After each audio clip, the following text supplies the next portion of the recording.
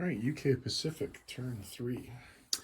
The Far East Command is going to be buying 3 mechanized infantry and 2 tanks, along with a transport for the Australian factory. They will be making some attacks this turn, so let's see what they're going to do. They're going to try and liberate Egypt, and they're going to do that with the infantry and artillery from Kenya, who are going to come up here. And then an infantry and an artillery from Iraq are going to swing around here. That'll be supported by an offshore shot and a fighter and a tactical bomber from Persia, which can reach. Over here in Southeast Asia, the tank from Burma is going to blitz into Siam and take that. And then 3 infantry and a fighter from Burma are going to come up into Yunnan and try and retake that and open the Burma Road. What else? Oh, yes. Down here in Australia, an infantry and an artillery are going to load up on this transport, and along with a battleship and a cruiser, we're going to come up to the Caroline Islands and attack Japan there. So I think that's all the battles. I'll set up the board and we'll start rolling some dice.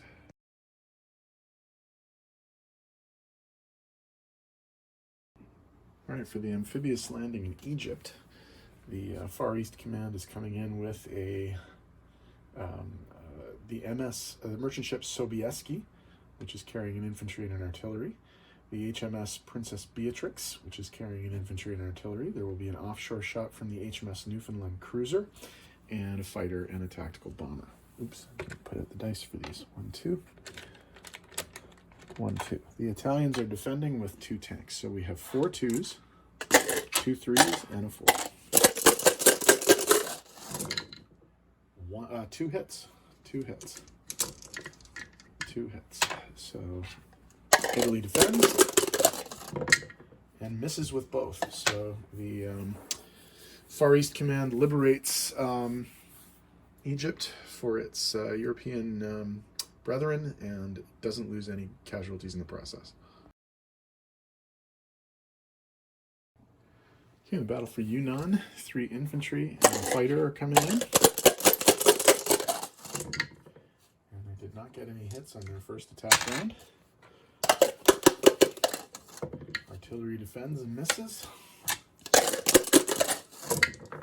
Hit with the fighter. Second defense, misses. So the UK takes the territory with no casualties.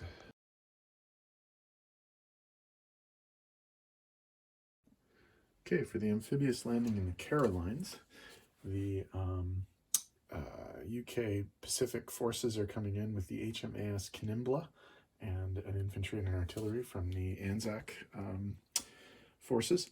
The New Zealand cruiser HMNZS Leander and the British battleship, the HMS Duke of York, will both provide offshore shots. Okay, so we have 2 2s, a 3 and a 4.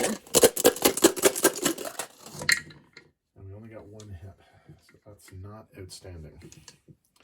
So basically this is going to be an even battle now because it's 2 2s versus 2 2s, and all that we killed was the enemy. So that's a hit. So now it's 1 2 versus 2 2s, and that's bad news for the British and the Aussies. That's a miss. That's a miss. That's a miss. That's a miss. That's a miss. That's a miss. That's a miss. That's a hit. So, gang that couldn't shoot straight. So, not a fortunate result for the Australian forces. They do not take the territory, and they only managed to kill a single anti-aircraft gun.